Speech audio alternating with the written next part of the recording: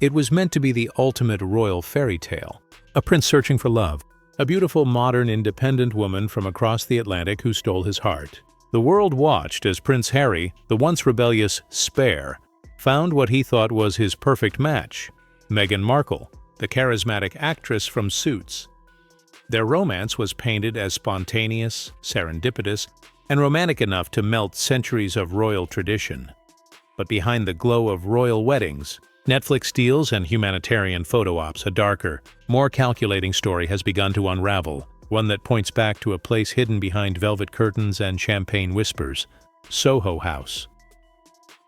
For years, Soho House has been the playground of the global elite. A private world where power is exchanged in subtle glances and whispered conversations, not press releases. A sanctuary for celebrities, politicians, and billionaires, its no cameras, no publicity policy makes it a paradise for those who crave visibility yet demand discretion. And it's within those secret walls that Meghan Markle's social transformation truly began. To Harry, the discovery was nothing short of a shock, because what he thought was a fairy tale romance may have been years in the making. A careful climb through connections, charm, and strategy that began long before their fateful blind date. When insiders whispered that Meghan had long been part of the Soho House inner circle, Harry reportedly brushed it off as nonsense. But as details emerged, connections, introductions, photographs, and testimonies from those within that private network, even the prince, known for his stubborn loyalty, could no longer deny that the woman he married had been playing a far more intricate game than he ever imagined. It wasn't fate that brought Meghan Markle to Prince Harry. It was networking, polished, deliberate, and orchestrated with a precision that now haunts the Duke of Sussex's every reflection. Because when he looked back at every moment that seemed by chance, every encounter that felt organic, every friendship that blossomed naturally, one common thread began to reappear: Soho House. This wasn't a coincidence, it was a blueprint.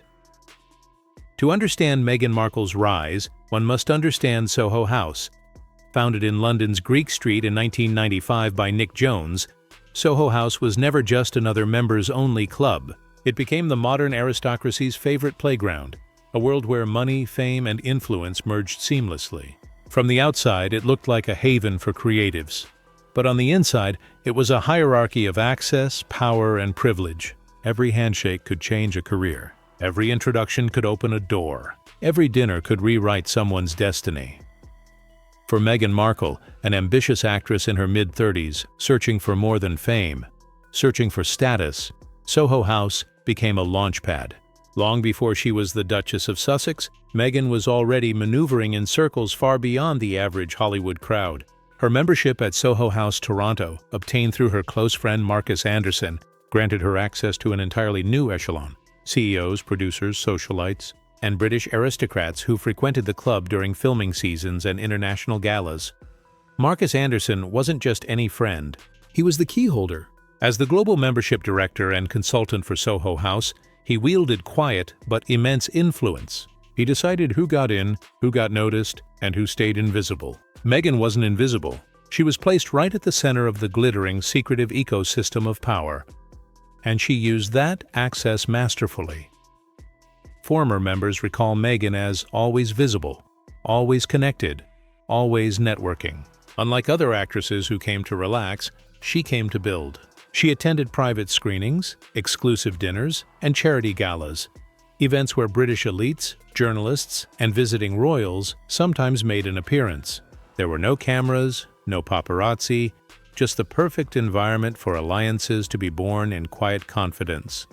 Anderson, insiders claim, was not just her friend but her mentor in navigating high society's unspoken rules. He introduced her to influential figures in London's media scene, some of whom later became key defenders during her early royal controversies.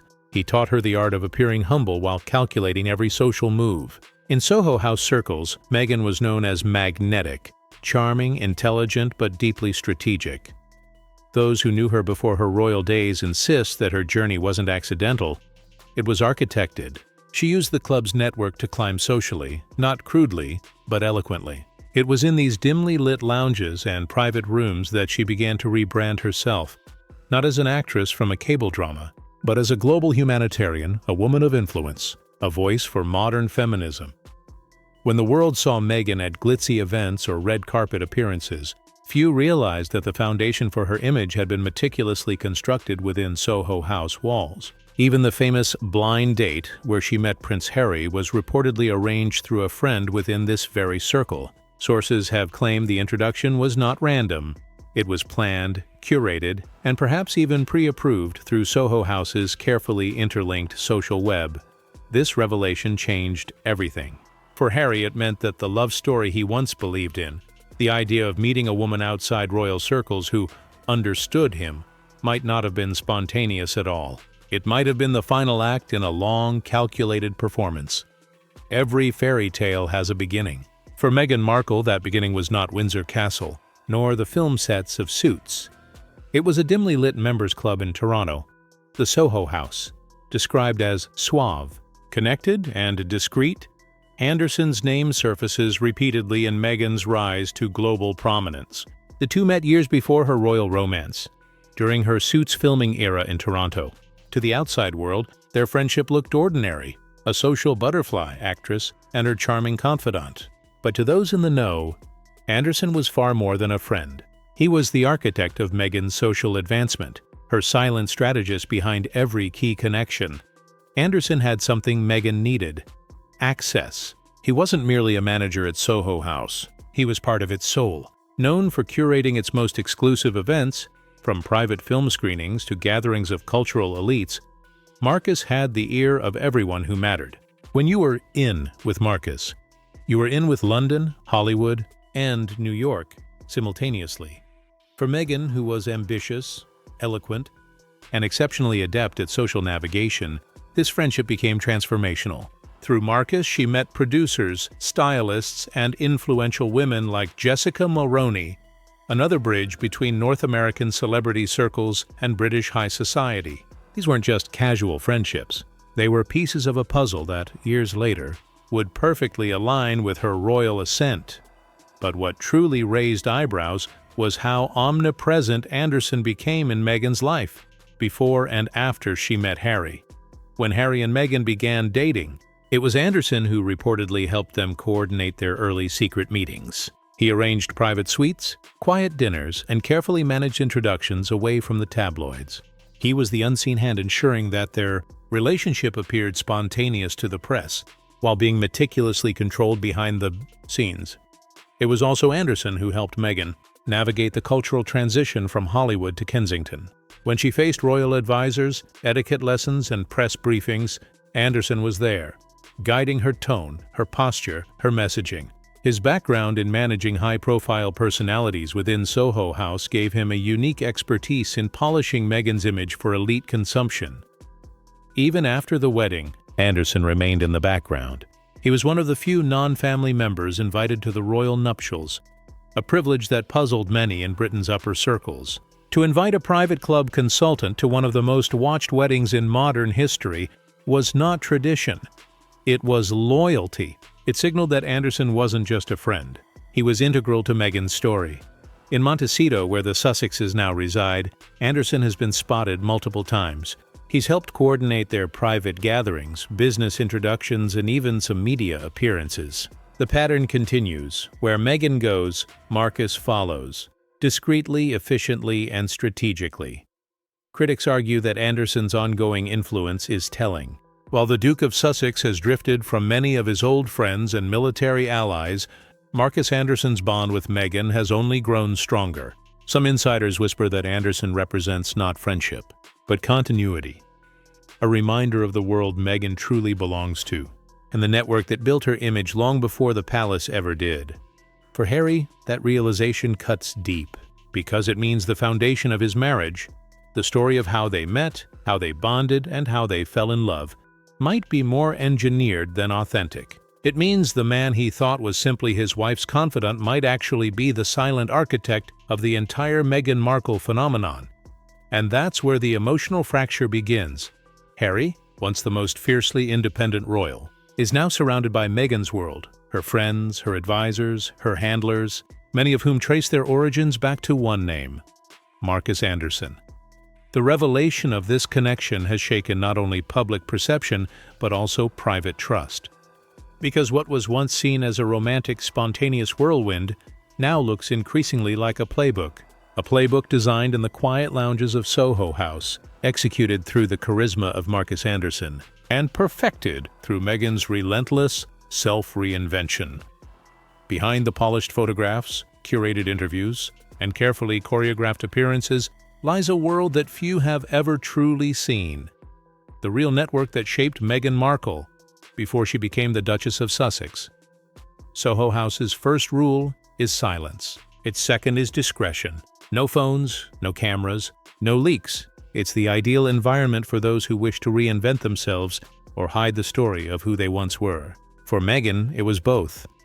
When Meghan first joined Soho House, she was a TV actress, moderately known but far from Hollywood's upper echelons. She was ambitious, intelligent, and determined to be more than a background name on a show's credits. But in Soho House, she saw something else: opportunity. Every night in that dimly lit environment, surrounded by entrepreneurs, producers, politicians, and aristocrats, she witnessed how influence flowed. She learned that success was not simply about talent, it was about proximity. Former members of Soho House Toronto recall how Meghan would glide from table to table with precision. She remembered names, causes, and personal details. She positioned herself as both charming and empathetic, the perfect combination for social acceptance among the elite. Every conversation was intentional. Every introduction had purpose. To some, she was fascinating. To others, calculated, and it worked. Within months, Meghan was no longer that actress from Suits. She was the woman to invite. She began receiving personal invitations to fashion events, charity dinners, and red carpet premieres. Her name appeared on guest lists alongside rising British influencers, creative directors, and financiers. She had successfully broken into a realm most American actresses never access, the upper crust of Anglo-Hollywood society. What makes Soho House so potent is that it operates as a shadow network. Membership isn't just about paying fees, it's about reputation, alignment, and perceived value. Members are handpicked to add to the club's image of creative influence. For Meghan, her growing profile in entertainment and her polished activism made her ideal. But her true rise came from mastering the art of quiet alliance. It was there she met individuals connected to British media, writers, editors, photographers, some of whom would later become surprisingly sympathetic voices during her royal controversies. These weren't random coincidences. They were social investments paid in charm, loyalty, and influence. Insiders recall that Meghan had an uncanny ability to pivot conversations from casual to strategic in moments. A simple dinner discussion could become a future opportunity, and through it all, her close connection to Marcus Anderson made her untouchable in that environment. No one questioned her motives. No one suspected she was building a public image, one private conversation at a time. By the time she met Prince Harry, Meghan's social reputation was flawless, not a whisper of her Hollywood past. Not a trace of the former lifestyle blog, The Tig, that once chronicled her thoughts on fame and fortune. Instead, what emerged was a polished humanitarian with refined taste, intellect, and an aura of mystery, exactly the type of woman a disillusioned royal might fall for. The secrecy of Soho House provided her with the perfect veil. No one outside those walls could confirm what happened inside. There were no photos of her social maneuvering, no videos of the exclusive dinners she attended, no tabloid proof of the groundwork she laid. The public narrative could therefore be rewritten, and she wrote it beautifully. For Harry, learning that this transformation wasn't organic but engineered within those hidden walls was devastating. He realized that every detail of their chance romance, even the tone of her early interviews, her mannerisms, her philanthropic branding, bore the fingerprints of Soho House's culture, curated authenticity. What the world saw as natural grace was in reality the product of years of quiet preparation. The irony, of course, is that the very secrecy that once protected Meghan is now what raises suspicion, because for every member who adored her charm, another whispers about how seamlessly she navigated powerful men, how quickly she adapted to their interests, and how effortlessly she blended ambition with romance. Those whispers, once ignored, now echo louder, especially in royal circles where appearances are currency. Meghan's past wasn't scandalous in the traditional sense, it was strategic. It wasn't wild behavior or controversy she concealed, it was her method. And for the monarchy, that kind of cunning ambition is far more dangerous than a scandal. From the moment Meghan Markle stepped into royal life, something felt off.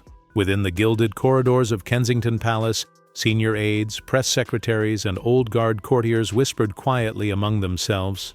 They sensed a tension that couldn't be seen but could be felt, the invisible presence of someone who understood influence not as heritage, but as leverage. Before the engagement was even announced, certain palace staff reportedly raised concerns about Meghan's network, particularly her connection to Soho House and Marcus Anderson. Many of them came from generations of royal service. They understood how powerful social webs could manipulate perception. They saw how tightly interlinked Meghan's new public image was with figures from her Soho past. And they worried, not out of malice, but foresight. They warned Prince Harry that Meghan's rise seemed too polished, too rehearsed. One advisor allegedly remarked, "She's not joining the royal family, she's bringing her own."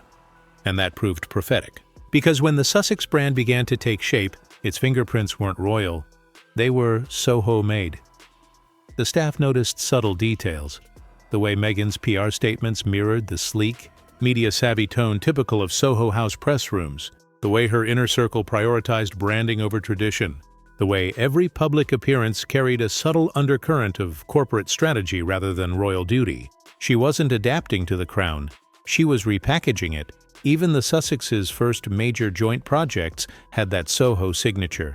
The couple's initial global website, the slick Netflix deal, the polished humanitarian ventures, all bore resemblance to Soho House's minimalist branding and elite messaging.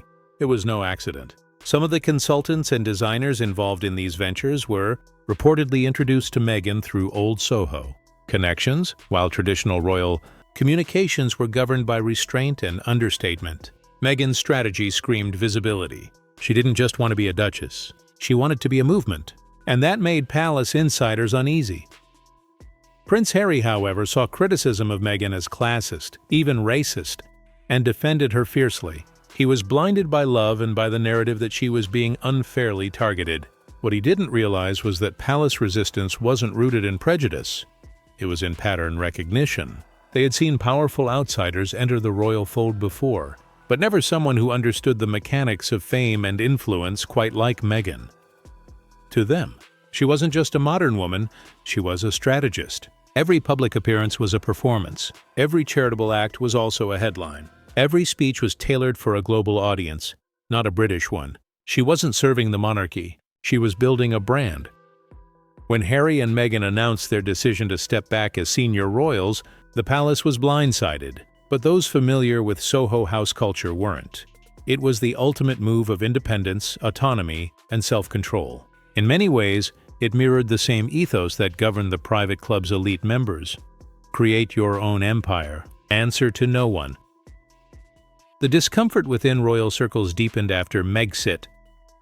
As the Sussexes built their media ventures in the United States, the connections that re-emerged were all too familiar. Former Soho associates resurfaced as media partners, brand advisors, and producers. Netflix executives linked to the club were suddenly collaborating on the couple's documentaries. The web that began years earlier in Toronto now extended across Los Angeles.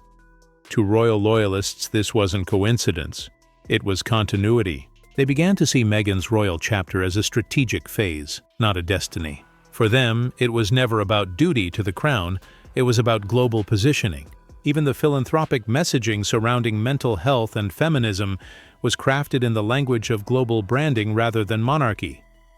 This royal discomfort wasn't just about personality clashes, it was about ideology. The monarchy thrives on preservation and control. Soho House thrives on reinvention and exposure. Meghan belonged to the latter, and when those two forces collided inside the walls of Kensington, something had to break. It wasn't just protocol that shattered. It was trust. By the time Harry realized how deeply his wife's old network still influenced their decisions, the damage was done. His relationships with palace staff, old friends, and even his brother had frayed.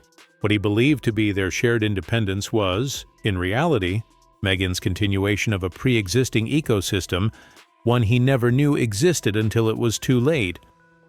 In recent years, subtle changes in Prince Harry's demeanor have not gone unnoticed. Gone is the light-hearted soldier who laughed at himself, the jovial royal who found balance between duty and rebellion. What remains is a man visibly burdened, distant, serious, and at times disillusioned. Those who have worked with him privately describe him as reflective, occasionally resentful, and increasingly isolated. The once unbreakable confidence he projected seems replaced by quiet uncertainty, the mark of someone who has begun to question not just the people around him, but the narrative he's living in. Friends close to Harry hint that he has gradually begun to connect the dots, the coincidences that never truly were. How Meghan always seemed to have a well-connected friend to facilitate the next big opportunity. How every so-called new venture tied back to familiar faces from her Soho House days. How her circle of influence remained unchanged, even as his world was turned upside down. For Harry, the realization has been brutal. The very institution he left behind, the monarchy, is governed by loyalty, structure, and transparency among its inner ranks. The world he entered with Meghan operates on the opposite principle: secrecy, networking, and individual leverage. In the monarchy, identity is inherited. In Meghan's world, identity is constructed. He now lives between two realities: the old one he abandoned and the new one he cannot control. The freedom he sought has become an illusion, replaced by public contracts, scripted interviews, and corporate appearances. Behind the cameras, Harry is said to be growing increasingly weary of the commercial machinery surrounding them. And yet, every time he tries to reclaim his independence, he finds himself confronted by reminders of Meghan's deep-rooted network. Marcus Anderson is still around. Soho-affiliated producers still shape their media strategy. Hollywood executives who once attended Soho's London branches now serve as gatekeepers to their California ventures. It's not just Meghan's past, it's their present. Those who have observed this transition note a quiet irony. Harry fled the control of Buckingham Palace only to enter a different kind of monarchy, one ruled not by bloodlines, but by branding. The crown he escaped was made of gold. The one he wears now is made of influence. What stings most for Harry is the erosion of sincerity. He's beginning to see how every step of their supposed love story fits neatly into a pattern. A story too perfectly crafted to be coincidence. The private dinners, the curated blind date, the selective media leaks, all traceable to a single hub, Soho House. To the public, this might sound like gossip, but to insiders familiar with elite networks, it reads like a case study in image architecture. Meghan's rise from Toronto actress to royal duchess wasn't luck. It was execution. She understood how to merge celebrity culture with royal mystique, and she did so flawlessly until the mask began to crack. As Meghan continues to chase global influence through brand partnerships, documentaries, and speaking engagements, Harry's struggle intensifies. He no longer seems the confident partner, but a man wrestling with an uncomfortable truth, that he might be living in a narrative written long before he entered it. Those who know, Harry described moments of bitterness, not towards Meghan personally, but towards the realization that he might have been the final piece in someone else's grand design. He had believed himself to be her rescuer, the man who gave her protection and status. Now it appears he was the missing puzzle piece in her long-term social evolution.